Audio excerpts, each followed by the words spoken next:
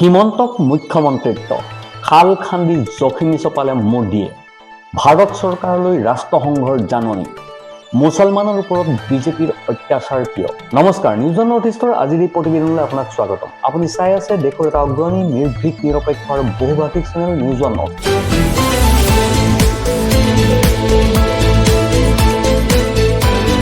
যদি আপুনি এতিয়াও আমাৰ এই ভিডিঅ'সমূহ চোৱা নাই লাইক কৰা নাই সাবস্ক্ৰাইব কৰা নাই তেন্তে সোনকালে কৰক কাৰণ এই চেনেলটো গদি মিডিয়া নহয় যাক ক্ষমতাৰ জোৰেৰে সঁচা কথা কোৱাৰ ক্ষেত্ৰত দমন কৰিব পাৰিব নিউজ অন নৰ্থ ইষ্টৰ মাধ্যমেৰে আমি কেৱল বাতৰি সম্প্ৰচাৰ কৰাই নহয় ইয়াৰ আঁৰৰ প্ৰকৃত সত্যও আপোনাৰ সন্মুখত তুলি ধৰিবলৈ চেষ্টা কৰোঁ যিবিলাক বাতৰি গদি মিডিয়াই আপোনাৰ সন্মুখৰ পৰা সদায় লুকুৱাই ৰাখে প্ৰিয় দৰ্শক ভাৰতত এতিয়া ফিৰিঙতিৰ পৰা খাণ্ডৱ দাহ হ'বলৈ গৈছে তাকো অসমৰ মুখ্যমন্ত্ৰী ডক্টৰ হিমন্ত বিশ্ব শৰ্মাৰ এটা সংবিধান উলংঘনকাৰী উগ্ৰ সাম্প্ৰদায়িক ভাষণৰ বাবে এতিয়া ভাৰতক ৰঙা চকু দেখুৱাইছে ৰাষ্ট্ৰসংঘই আজি ডক্টৰ হিমন্ত বিশ্ব শৰ্মাৰ এটা সংবিধান উলংঘনকাৰী উগ্ৰ সাম্প্ৰদায়িক ভাষণ ভাৰতৰ বাহিৰ হৈ ৰাষ্ট্ৰসংঘৰ দুৱাৰ পালেগৈ ভাৰতত বিজেপি চৰকাৰৰ শাসনত মুছলমানসকলক কিয় ইমান অত্যাচাৰ বৈষম্য ঘৃণাৰ সন্মুখীন হৈছে সেয়াও মোদী চৰকাৰক প্ৰশ্ন কৰিছে ৰাষ্ট্ৰসংঘই আৰু বিশেষকৈ অসমত কিয় ইমান অত্যাচাৰৰ সন্মুখীন হ'বলগীয়া হৈছে মুছলমানসকল প্ৰিয় দৰ্শক এই একেখন অসমতে আজিকালি মুখ্যমন্ত্ৰী হিমন্ত বিশ্ব শৰ্মাই মুছলমানক মিয়া মিয়া বুলি অভিহিত কৰি অপকাৰ কৰিবলৈ মুকলিকৈ আহ্বান জনাইছে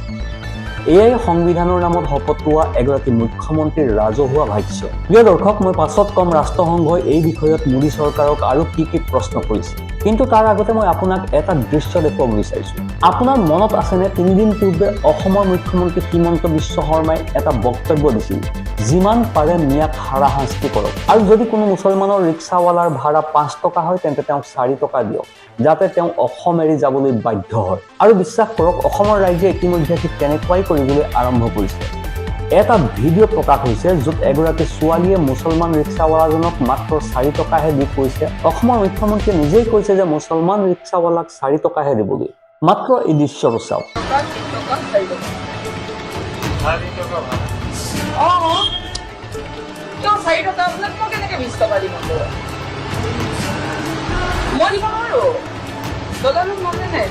নিজৰ ৰাজ্যখনত সাম্প্ৰদায়িক বৈষম্যক একেবাৰে নিষিদ্ধ কৰাৰ বাবে সংবিধানৰ ওপৰত শপত গ্ৰহণ কৰি মুখ্যমন্ত্ৰীৰ চকীত বহি থকা হিমন্ত বিশ্ব শৰ্মাই নিজৰ ৰাজ্যৰ এটা মুছলমান সম্প্ৰদায়ৰ বিৰুদ্ধে মুকলিকৈয়ে বৈষম্য চলাইছে অসমৰ মুখ্যমন্ত্ৰী হিমন্ত বিশ্ব শৰ্মাৰ এনে সংবিধান বিৰোধী কাৰ্যৰে কেৱল অপৰাধ কৰাই নহয় এনে অপৰাধ সংঘটিত কৰিবৰ বাবে ৰাইজক আহ্বানো জনাইছে আৰু বৰ্তমানলৈকে ৰাজ্যখনত কোনেও প্ৰতিবাদ গঢ়ি তোলা নাই আইন আদালতো নিমাত হৈ আছে কিয়নো ন্যায়পালিকাই এতিয়ালৈকে এনে বক্তব্যৰ বিৰুদ্ধে মাত মাতিব লাগিছিল কিন্তু যি সময়ত এনে উগ্ৰ সাম্প্ৰদায়িক মন্তব্যৰ বিৰুদ্ধে দেশৰ ন্যায়পালিকাও নিমাত হৈ আছে তেনে সময়তে বহিৰাষ্ট্ৰৰ প্ৰতিষ্ঠানসমূহে মাত মাতিবলৈ আৰম্ভ কৰিছে ভাৰতৰ সংখ্যালঘু বিশেষকৈ অসমৰ বঙালী মুছলমানসকলৰ বিৰুদ্ধে অসমৰ মুখ্যমন্ত্ৰী হিমন্ত বিশ্ব শৰ্মাই সৃষ্টি কৰা অতি সাম্প্ৰদায়িক পৰিৱেশৰ সমাধানৰ বাবে চৰকাৰে কি কৰিছে সেই সন্দৰ্ভত ৰাষ্ট্ৰসংঘৰ এটা বৃহৎ সংস্থাই মোদী চৰকাৰৰ পৰা পোনপটীয়াকৈ উত্তৰ দাবী কৰিছে প্ৰিয় দৰ্শক এই প্ৰশ্ন উত্থাপন কৰা সংগঠনটো হৈছে ৰাষ্ট্ৰসংঘৰ বৰ্ণ বৈষম্য দূৰীকৰণ সমিতি যাক CERD বুলিও কোৱা হয় আৰু এই সমিতিখনে অসমত মুছলমানৰ বিৰুদ্ধে হোৱা বৈষম্যৰ সন্দৰ্ভত ভাৰত চৰকাৰৰ পৰা যথাযথ উত্তৰ বিচাৰিছে প্ৰিয় দৰ্শক এতিয়া CERDৰ ৰিপৰ্টত মোদী চৰকাৰক আৰু কি বিচাৰিছে কওঁ শুনক অসমত বাংলাভাষী মুছলমানসকলৰ বিৰুদ্ধে চলি থকা সাম্প্ৰদায়িক বৈষম্যক লৈ গভীৰ উদ্বেগ প্ৰকাশ কৰিছে ৰাষ্ট্ৰসংঘৰ CERD কমিটিয়ে NRC প্ৰক্ৰিয়া বলপূৰ্বক উচ্ছেদ সাম্প্ৰদায়িক সংঘৰ্ষ সৃষ্টিকাৰী ভাষণ প্ৰশাসনিক ভুল সন্দৰ্ভত ভাৰত চৰকাৰৰ পৰা আনুষ্ঠানিক প্ৰত্যুত্তৰ আৰু বিশদ প্ৰতিবেদন বিচাৰিছে CERDয়ে কমিটিৰ মতে অসমত NRC প্ৰক্ৰিয়াৰ সময়ত বাংলাভাষী মুছলমানসকলক নথিপত্ৰৰ সৰু অভাৱৰ বাবে বাদ দিয়া হৈছে CERDয়ে নিজৰ প্ৰতিবেদনত উল্লেখ কৰিছে যে অসমত এই মুছলমান সম্প্ৰদায়টো বলপূৰ্বক উচ্ছেদ সাম্প্ৰদায়িক সংঘৰ্ষ সৃষ্টিকাৰী ভাষণ আৰু আইন প্ৰয়োগকাৰী সংস্থাৰ দ্বাৰা বল প্ৰয়োগৰ অভিযোগৰ সন্মুখীন হৈছে কমিটিৰ প্ৰতিবেদনত অসমত বাংলাভাষী মুছলমানসকলৰ বিৰুদ্ধে বৈষম্যৰ গুৰুতৰ ঘটনাও উন্মোচিত হৈছে প্ৰতিবেদন অনুসৰি NRC প্ৰক্ৰিয়াৰ সময়ত বৃহৎ সংখ্যক মুছলমানক নাগৰিকত্ব তালিকাৰ পৰা ইচ্ছাকৃতভাৱে বাদ দিয়া হৈছিল সাধাৰণ আৰু দৰিদ্ৰ পৰিয়ালৰ বাবে অত্যন্ত কঠিন নথিপত্ৰ আদান প্ৰদান কৰিবলৈ মানুহক কোৱা হৈছিল অথলুৱা আৰু সন্দেহজনক ভোটাৰৰ দৰে শব্দ ব্যৱহাৰ কৰি সমগ্ৰ মুছলমান সম্প্ৰদায়ক সন্দেহৰ আওতালৈ অনা হৈছিল বলপূৰ্বক উচ্ছেদ আৰু হিংসাৰ ক্ষেত্ৰতো CERDয়ে উদ্বেগ প্ৰকাশ কৰিছে অসমত মুছলমানক বলপূৰ্বক উচ্ছেদ কৰা হৈছে বুলিও প্ৰতিবেদনখনত উল্লেখ কৰা হৈছে।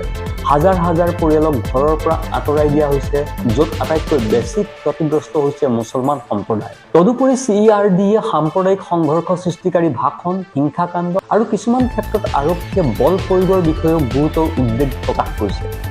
2024 চনত ৰাজ্যখনৰ সাধাৰণ নিৰ্বাচনৰ সময়ত সাম্প্ৰদায়িক সংঘৰ্ষ সৃষ্টিকাৰী ভাষণ, হিংসাৰ বাবে উচতনি দিয়া, হিংসাত্মক আক্ৰমণৰ গোচৰসমূহো এই CERDত উল্লেখ কৰা হৈছে। কমিটিয়ে লক্ষ্য কৰিছে যে ভাৰত চৰকাৰে এই অভিযোগ সন্দৰ্ভত এতিয়াও কোনো তথ্য প্ৰদান কৰা নাই। এই সকলোবোৰ বিষয়ৰ বিষয়ে ভাৰত চৰকাৰক প্ৰশ্ন কৰিছে ৰাষ্ট্ৰসংঘৰ কমিটিয়ে। এই সাম্প্ৰদায়িক সংঘৰ্ষ সৃষ্টিকাৰী ভাষণ সন্দৰ্ভত এতিয়ালৈকে কি ব্যৱস্থা গ্ৰহণ কৰা হৈছে আৰু ভৱিষ্যতে এনে ঘটনা ৰোধ কৰিবলৈ মোদী চৰকাৰে কি সুনিৰ্দিষ্ট পদক্ষেপ ল'বলৈ ওলাইছে। এতিয়া প্ৰিয় দৰ্শক, CERD সংগঠনটোৰ বিষয়ে জানো আহক আৰু ভাৰত চৰকাৰে তেওঁলোকৰ প্ৰতি সঁহাৰি জনোৱাটো কিয় প্ৰয়োজনীয়। CERD হৈছে ৰাষ্ট্ৰসংঘৰ মানৱ অধিকাৰ সমিতি, যিয়ে বিশ্বজুৰি বৰ্ণ, জাতিগত আৰু ভাষিক বৈষম্যৰ গোচৰসমূহ নিৰীক্ষণ কৰে। এই সমিতিখনে সকলো ধৰণৰ বৰ্ণ বৈষম্য দূৰ কৰাৰ লক্ষ্যৰে আন্তঃৰাষ্ট্ৰীয় সন্মিলনৰ অধীনত কাম কৰে। ভাৰত এই অধিৱেশনৰ পক্ষ। সেয়ে CERDয়ে ভাৰতক ইয়াৰ প্ৰতিক্ৰিয়া প্ৰদান কৰিবলৈ কৈছে। উত্তৰ দাবী কৰাৰ আমাৰ অধিকাৰ আছে। এতিয়া এই আন্তৰ্জাতিক হেঁচাত ভাৰত চৰকাৰে কেনে প্ৰতিক্ৰিয়া প্ৰকাশ কৰিব আৰু অসমৰ বাংলাভাষী মুছলমান সন্দৰ্ভত কি পদক্ষেপ লোৱা হ'ব সেয়া লক্ষণীয়। কিন্তু প্ৰিয় দৰ্শক, কি পদক্ষেপ লোৱা হ'ব? প্ৰথমতে অসমৰ বাংলাভাষী মুছলমানৰ বিষয়টো ৰাষ্ট্ৰসংঘত প্ৰতিধ্বনিত হৈছে, যেতিয়া অসমৰ মুখ্যমন্ত্ৰী হিমন্ত বিশ্ব শৰ্মাই মুছলমানৰ বিৰুদ্ধে অতি সাম্প্ৰদায়িক বক্তব্য ৰাখি মিয়াক হাৰাশাস্তি কৰক আদি বক্তব্য কৰিছে। আত্মপক্ষ সমৰ্থক তেওঁ কয় যে মিয়াসকলে নিজকে মিয়া বুলি কয়, সেইবাবেই তেওঁ মিয়া বুলি মাতিছিল। অৱশ্যে অল ইণ্ডিয়া মুছলিম পাৰ্চনেল ল বৰ্ডেও এই বিষয়ত মাত মাতিছে। প্ৰিয় দৰ্শক, অসমৰ মুখ্যমন্ত্ৰী হিমন্ত বিশ্ব শৰ্মাৰ বিৰুদ্ধে উচ্চতম ন্যায়ালয়ৰ কাষ চাপিছে অল ইণ্ডিয়া মুছলিম পাৰ্চনেল ল বৰ্ড। আনকি অল ইণ্ডিয়া মুছলিম পাৰ্চনেল ল বৰ্ডে এই বিষয়ত ৰাষ্ট্ৰপতিক হস্তক্ষেপ কৰিবলৈ অনুৰোধ কৰিছে। হিমন্ত বিশ্ব শৰ্মাই সংবিধানৰ বিৰুদ্ধে কাম কৰি আছে বুলি অল ইণ্ডিয়া মুছলিম পাৰ্চনেল ল বৰ্ডে অভিযোগ কৰিছে। যদিও উচ্চতম ন্যায়ালয়ে এই বিষয়ত সৌমতো কগনিজেন্স ল'ব লাগিছিল, কিন্তু এতিয়াও লোৱা নাই। কিন্তু প্ৰিয় দৰ্শক, এই গোটেই কাহিনীটোৰ আটাইতকৈ ভয়ংকৰ কথাটো এইটোৱেই নহয় যে বিষয়টো ৰাষ্ট্ৰসংঘত উপনীত হৈছেগৈ। আটাইতকৈ ভয়ংকৰ কথাটো হ'ল ৰাজ্যখনত সাম্প্ৰদায়িক সংঘৰ্ষ সৃষ্টিকাৰী ভাষণ ক্ৰমান্বয়ে স্বাভাৱিক হৈ পৰিছে।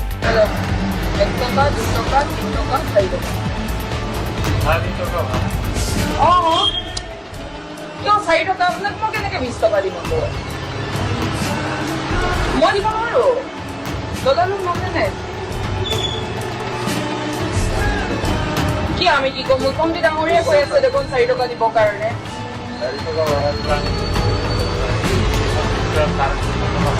এতিয়া মোক কৈ কি লাভ? মুখ্যমন্ত্ৰী ডাঙৰীয়াই কালি কৈছে যে আপোনালোকক 4 টকা দিবৰ কাৰণে কৈছে। এতিয়া আপোনালোকৰ ঘৰ নচলে, মোক কৈতো লাভ নাই দাদা। আমি টিভিত দেখিছো ন, আপোনাৰ যদি প্ৰমাণ নহয় চব চাব নেকি? মই দেখুৱাই দিছো। চৰকাৰ চলোৱাসকলে যেতিয়া কোনো সম্প্ৰদায়ক সন্দেহজনক বুলি মুকলিকৈয়ে লেবেল লগায়, তেতিয়া সেই সম্প্ৰদায়টোক পথাচাৰীয়েও প্ৰকটনা কৰিবলৈ ভয় নকৰে।